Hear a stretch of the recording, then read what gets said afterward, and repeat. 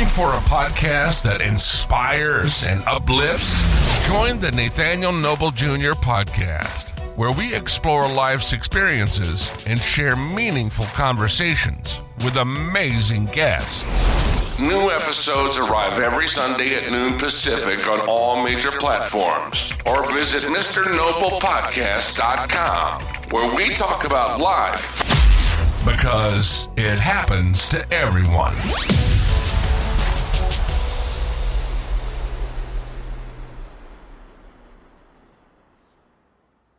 Welcome to the Nathaniel Noble Jr. podcast, where we talk about life because it happens to everyone. Thank you for joining your host, Nathaniel Noble Jr., bringing you real people, real conversations, and real perspectives to help you grow and stay inspired. So sit back, tap in, and let's talk about life.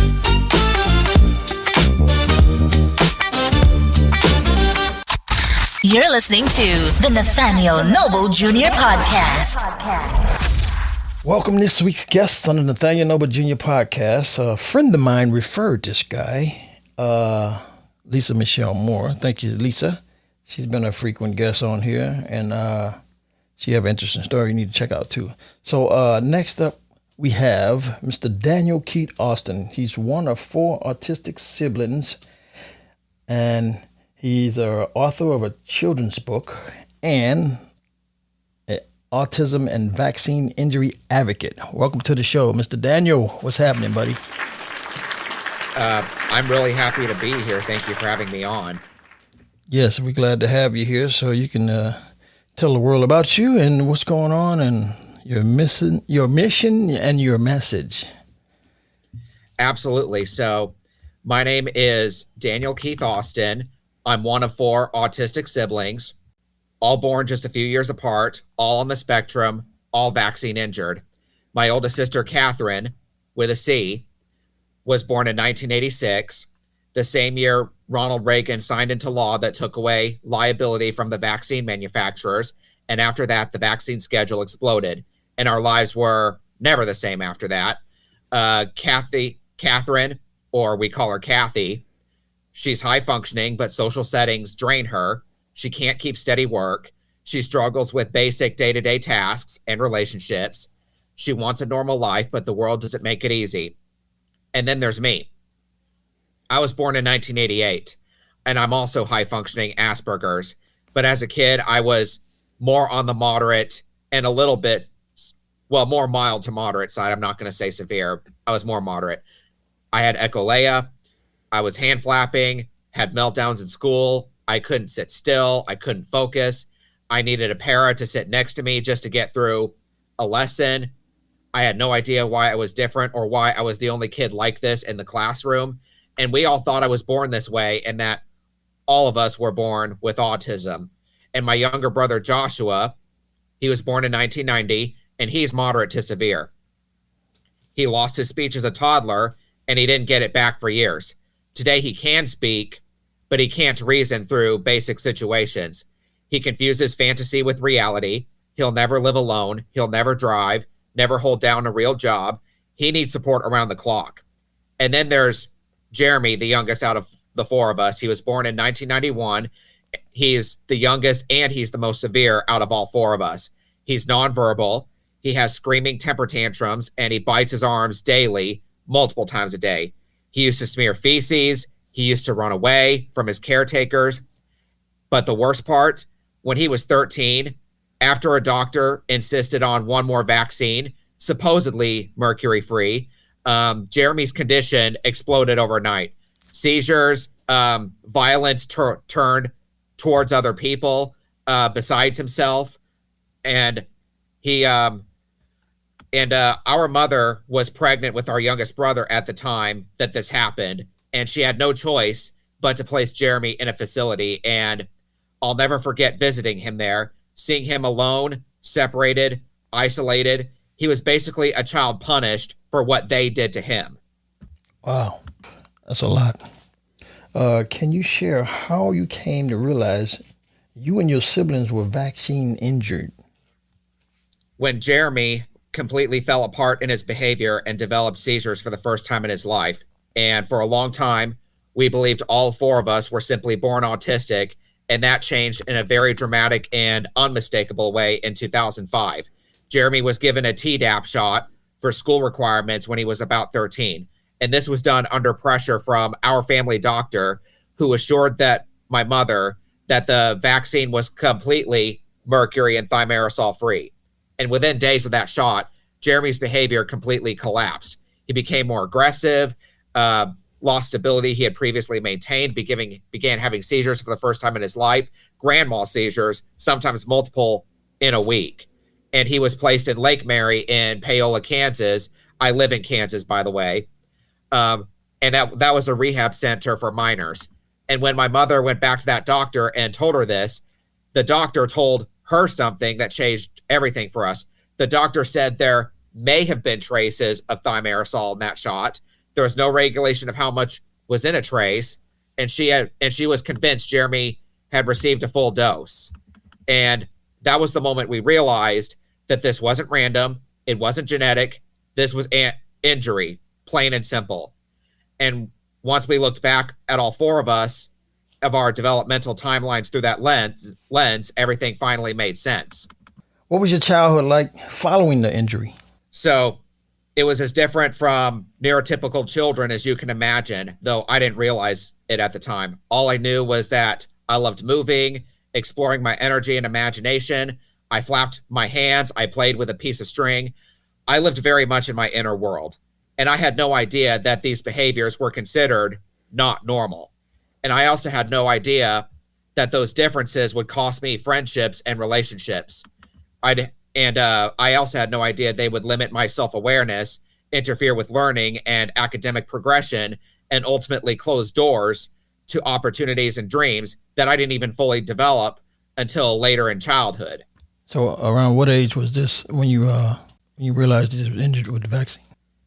It was around the same time Jeremy was injured by that vaccine. It was in 2005, August 2005, and we were already starting to suspect that we weren't born this way. We were affected in some way. And my mother already had another child in another marriage who she was delaying vaccines.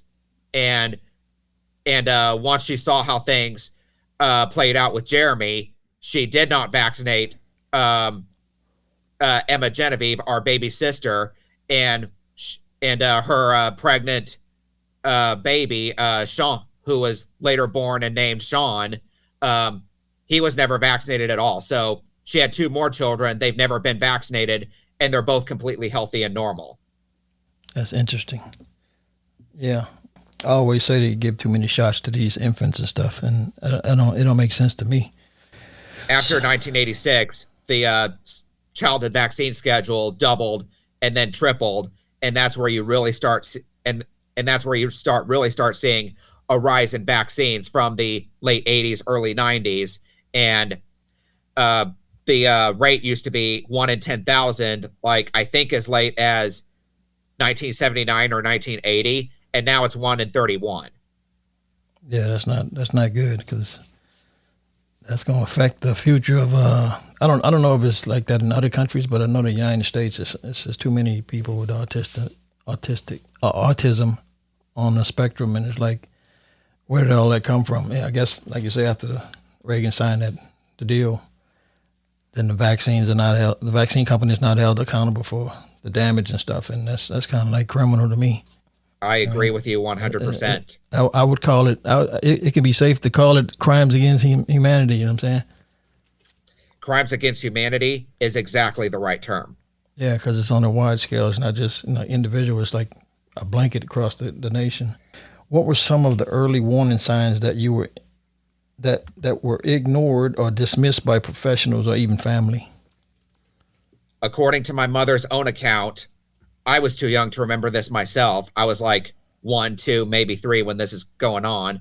She began to suspect something wasn't right when we were developing at a normal rate, and then at certain points showing clear signs of mental and behavioral regression. My aunt on my dad's side of the family gave my mother a book called How to Raise Healthy Children in Spite of Your Doctor. And that was when my mother started questioning whether vaccinating us, at least on the recommended schedule at the time, since we were born from the mid 1980s to the early 1990s, was really a good idea. My dad was in the Air Force around this time, so we were all up to date on our vaccines. And the information she began uncovering was quickly shut down by other members of our family and our local church community. One family member even told my mother, if you don't vaccinate those kids, you might as well be putting a gun to their head and pulling the trigger. And after that, the response was speech therapy, special education classes, and medication after medication.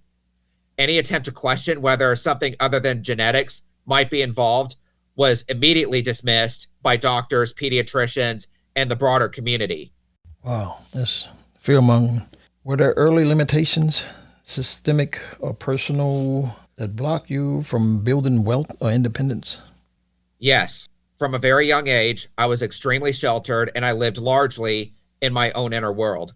I confused movies with reality, and I didn't understand how the real world worked or what was actually possible for me.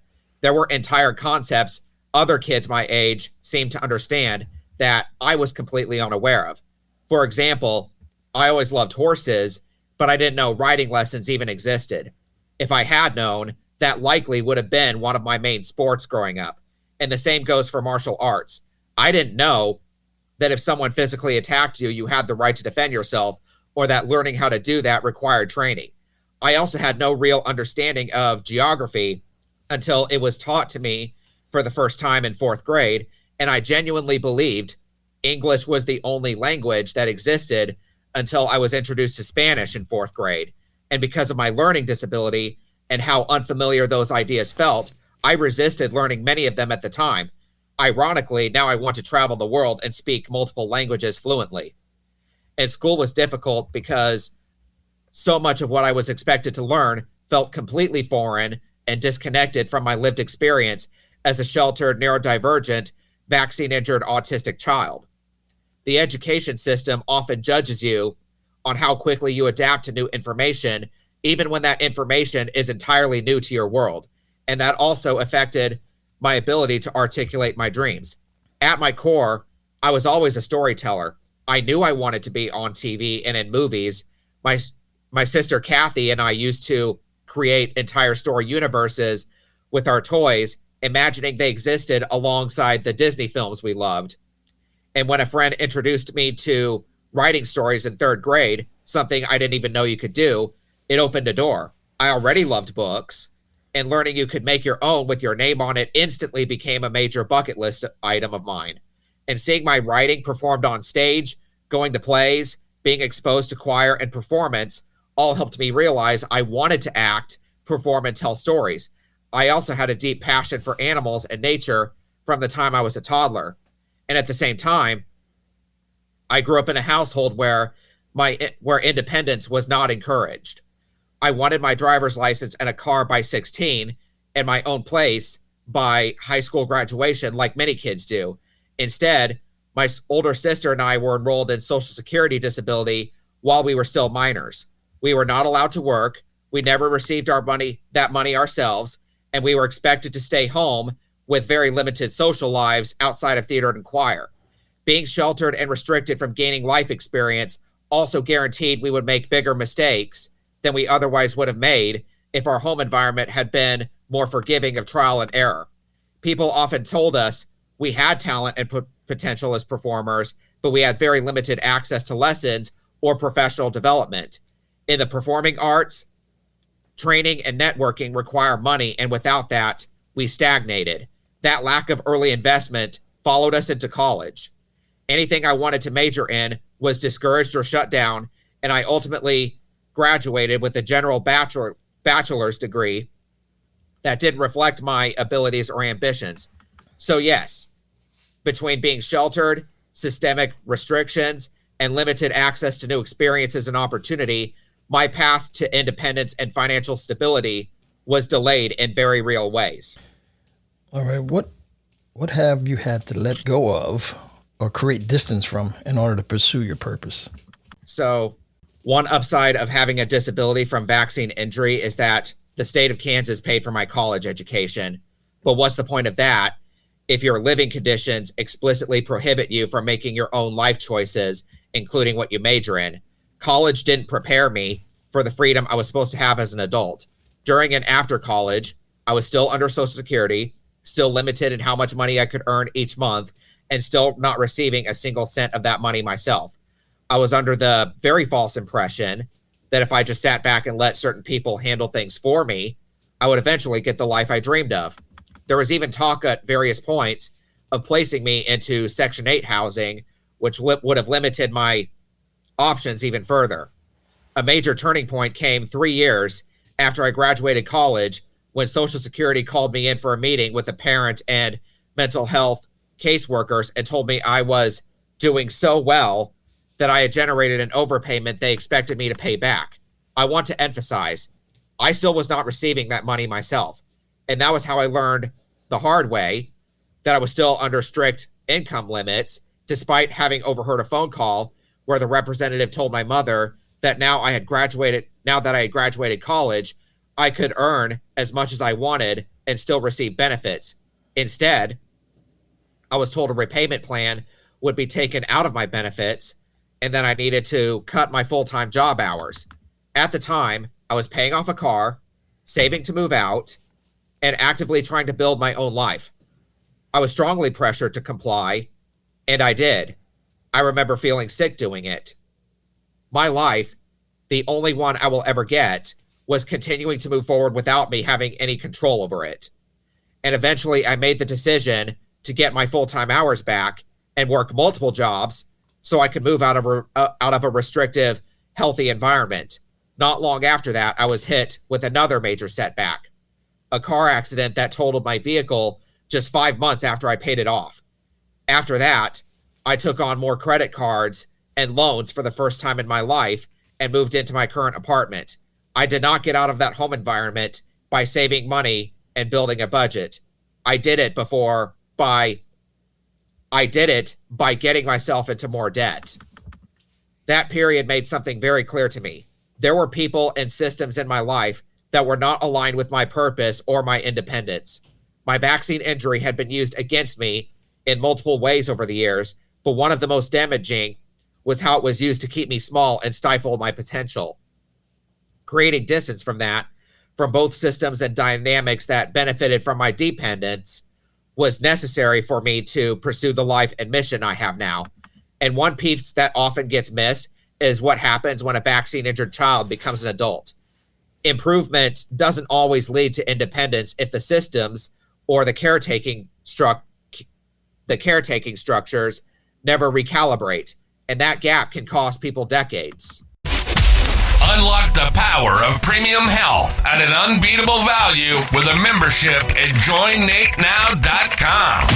By joining today, you'll gain access to low-cost, high-quality supplements that support your wellness journey. Plus, you'll have the unique opportunity to earn money by sharing the membership and great products with others. Whether you're focused on enhancing your own health or looking to build a side income, joinnatenow.com offers you the perfect platform to thrive. Don't miss out. Start your membership today. Take the free tour at joinnatenow.com and take charge of your health and your finances.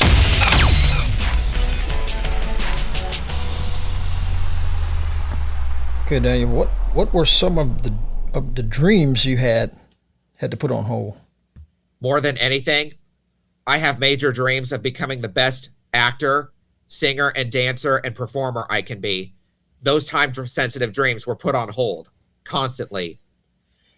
It mattered deeply to me to start developing these crafts while I was still young and in high school, and I was very clear about that at the time.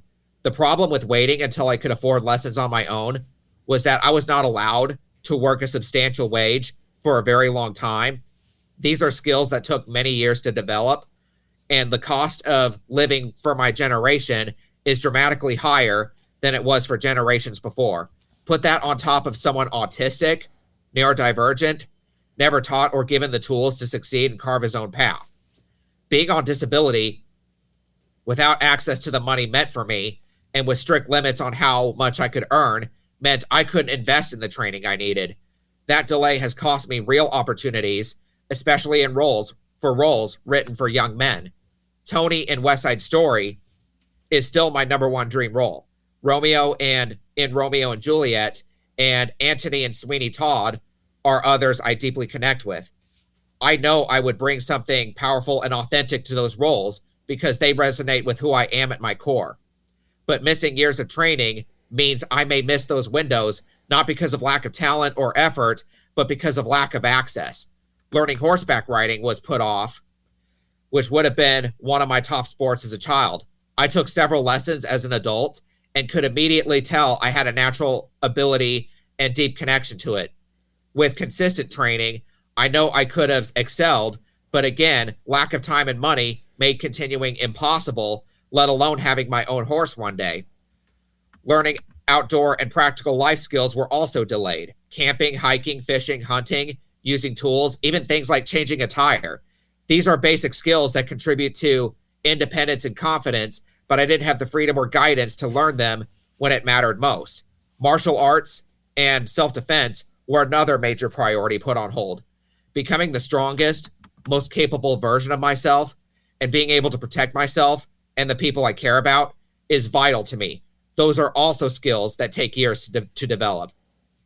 I trained in Brazilian Jiu-Jitsu for a year about 4 years ago, but had to stop due to, you guessed it, lack of finances.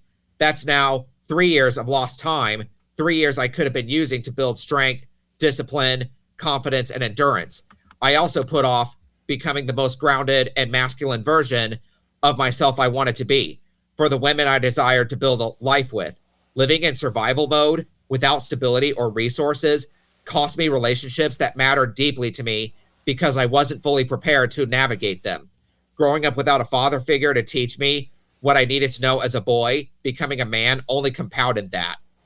And being vaccine injured to the point where I didn't understand social cues, how relationships worked, or how to socially collaborate situations really set me up for failure in that department.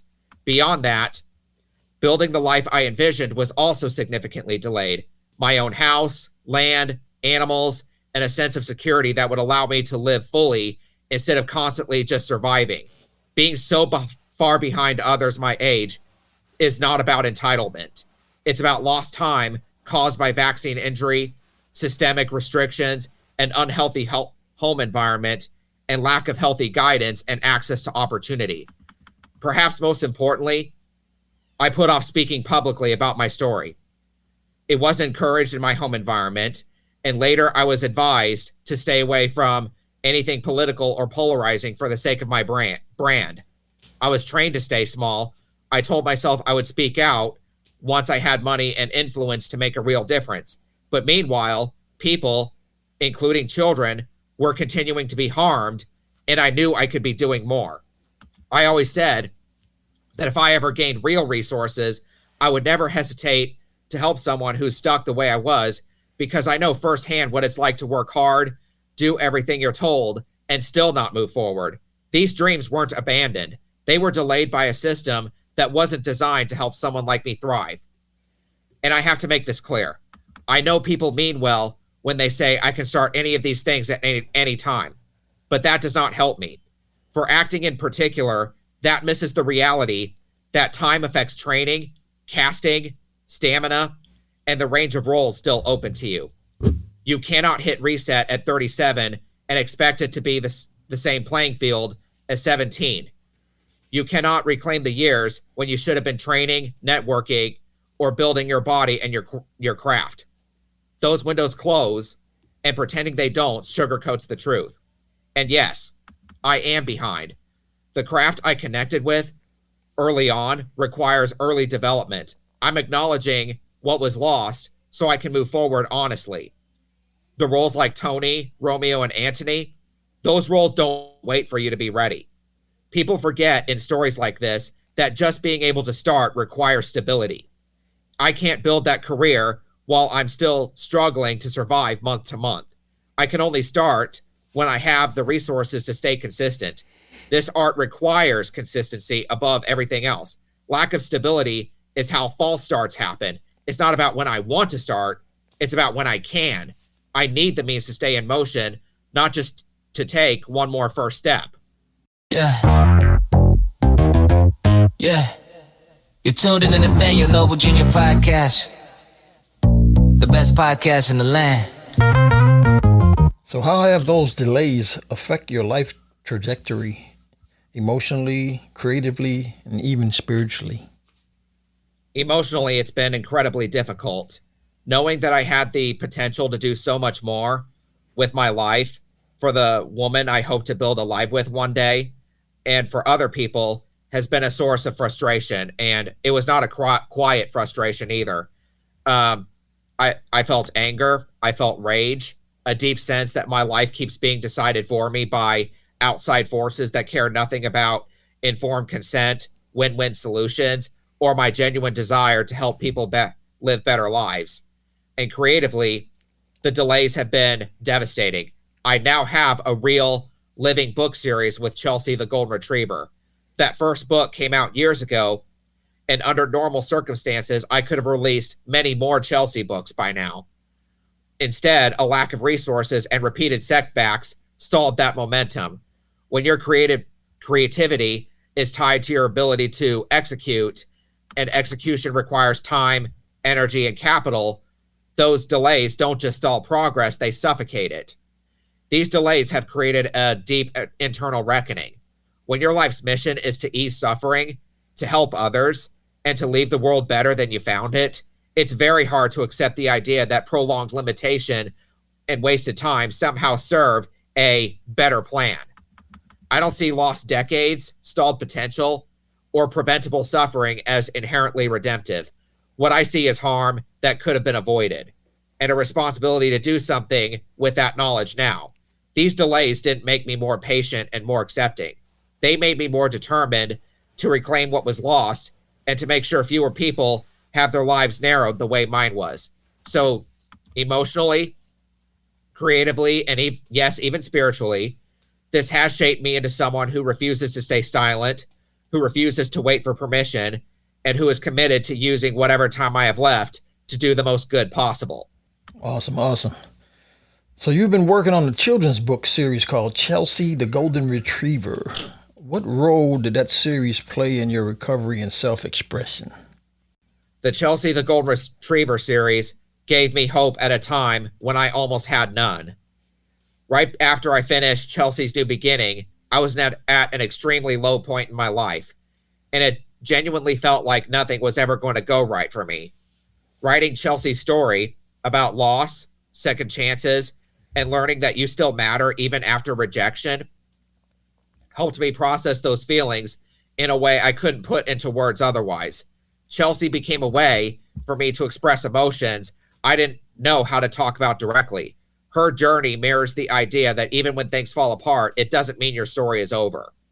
Through her, I was able to explore healing, belonging, and self-worth in a gentle, hopeful way, not just for children, but for myself as well.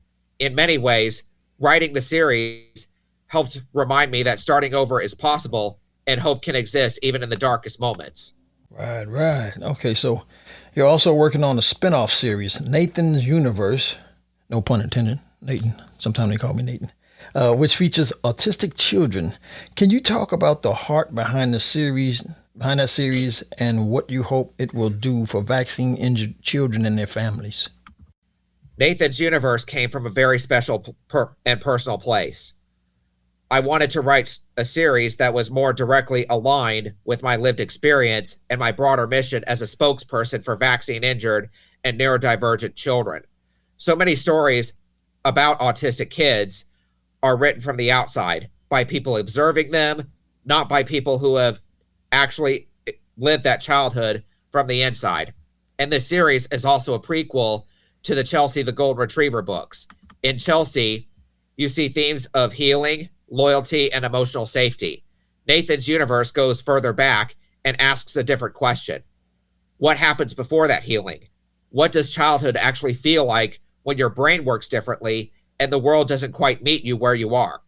By fictionalizing my own childhood and the childhoods of my autistic siblings, I found a way to process what happened without being trapped in straight autobiography. Nathan is my fictional counterpart, but he's also something more than that. He's a chance to give that child a better beginning, more understanding adults, more patience, more tools, and more moments of being seen instead of corrected. What I hope Nathan's universe does for neurodivergent families is simple but important. I want autistic children to recognize themselves on the page and feel less alone. And I want parents to understand that behaviors often labeled as problems are actually communication or coping. And I want families to see that growth doesn't come from forcing a child to be different. It comes from meeting them where they are and helping them build from there. At its core, the series is about dignity, imagination, and hope. It's about saying your child is not broken. Their story matters. And with the right support, their future could be brighter than you were ever told it could be. Cool. So you've also built a service for parents of autistic children called Nathan's Universe Founder Circle. What is that, and how does that tie into everything we've talked about?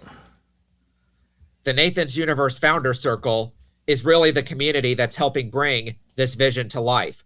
I wanted to create something that gave families ongoing value while also allowing them to become part of building Nathan's Universe from the very beginning. Every month, members receive practical autism-related resources inspired by my lived experience growing up autistic alongside my autistic siblings. In the basic membership, that includes things like routine builders, communication prompts, creator insights, and support concepts explained through lived experience. The premium membership includes all of that, plus an exclusive 5-page Nathan's Universe story each month, behind-the-scenes content, and early previews of future books and projects. What makes it meaningful to me is that this is not just another subscription.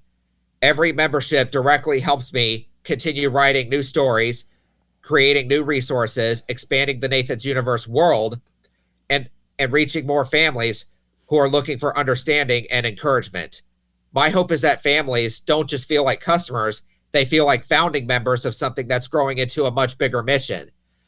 The books are where people meet Nathan, but the books are where people meet Nathan, but the Founder Circle is where they can walk alongside me as the mission continues to grow. Awesome. If someone listening has gone through similar struggles, financial, health-related, or emotional, what's the one thing you want them to walk away with after hearing your story? If someone listening has gone through similar struggles, financially, medically, emotionally, the one thing I want them to walk away with is this. Your story isn't over just because the system failed you. You're allowed to rebuild, even slowly. You're allowed to want more. Healing and independence aren't instant, but they are possible. And at the same time, I need to be very honest about something else I'm seeking, which is justice.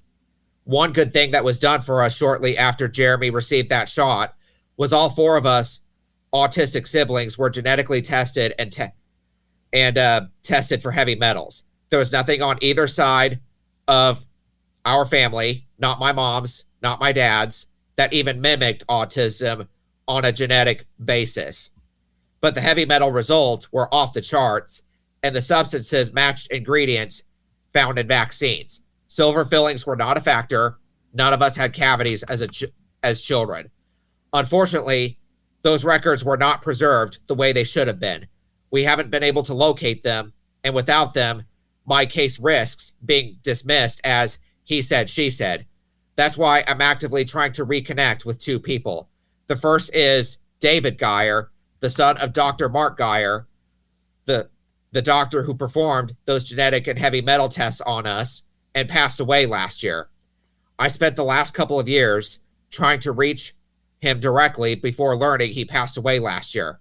I've since been told his son David is now working within the federal government, and if those records still exist, they matter enormously. The second person I need to be connected with is Del Bigtree. You don't find many cases like this. 4 autistic siblings in the same family, no genetic cause, documented heavy metal toxicity. I've heard that since RFK Jr. became Secretary of Health, Del has been winning case after case for vaccine injury, and I need to be one of those cases. There is no amount of money that can restore the life and potential that were taken from us without consent. But accountability matters, precedent matters, and making sure this never keeps happening to other families matters. I am back on disability now, and for the first time, I received the money myself, but that is not justice. Social Security disability is not compensation for harm. It's a system of control, not a system for repair. And the only reason I went back on disability was because I lost 3 jobs over refusing to wear the COVID mask and being forced to choose between breathing oxygen and a paycheck. I can no longer trust employers to not trample your rights to breathe oxygen. So if anyone listening to this has a connection to Del Bigtree, to ICANN, or David Geyer, please reach out to me. This is something I will continue to pursue the rest of my life, and you can find my information in the description. Right on. So you want to give out the links and the information where they can find you? Yes. You can find me on Facebook. You can find me on Twitter. You can find me on Rumble. You can find me on Substack, actually. There will be a link tree, my link tree, in the comments where you can basically follow me on pretty much everything. I even have my own author's website, but you can officially follow me on Substack right now. And what will also be included is an article I posted to Substack about my Nathan's Universe Founder Circle, and you could go directly there and sign up and subscribe to support while I continue to build pathways for parents and educators to help understand autistic children and ultimately paths to justice for receiving vaccine injuries, and there continuing to be no accountability as we speak about this. And this will allow me to be able to take further action to help the movement in reversing that 1986 law that has allowed for so many crimes against humanity to be committed, especially for children who did not consent to having their mental health and physical health warped like this. Amen. Amen. All right. So, that was a whole bunch. Anybody out there like to help Daniel Keith Austin, make sure you click on his links. Share them with people that you might know of if it's not in your immediate family or your circle. Just help him get his information out there and support him and help him with this fight, because it's affecting all of us, really. It's not just him and his family, because many of us have these autistic people around us in our family, in our circle and stuff, and basically due from vaccine injuries. And hey, Daniel, I want to thank you for reaching out to me and coming on here and sharing your story and your information. We appreciate it, and do what we can do to get this message out there through my platform. Thank you very much for allowing me to speak my story into your space. Yes, yes, yes. All right. So once again, that's Mr. Daniel Keith Austin. You've heard it exclusively on Nathaniel Noble Jr. Podcast. Hello, this is Daniel Keith Austin on Nathaniel Noble Jr.'s podcast. Please check out my link tree in the description. Thanks for listening to Nathaniel Noble Jr. Podcast. The best podcast in your hands. With new episodes every Sunday at noon. Pacific on all podcast platforms. Check out MrNoblePodcast.com for more info. As always, be blessed. Don't stress, because this life is just a big old test. And you're gonna pass with flying colors if you don't quit. Peace.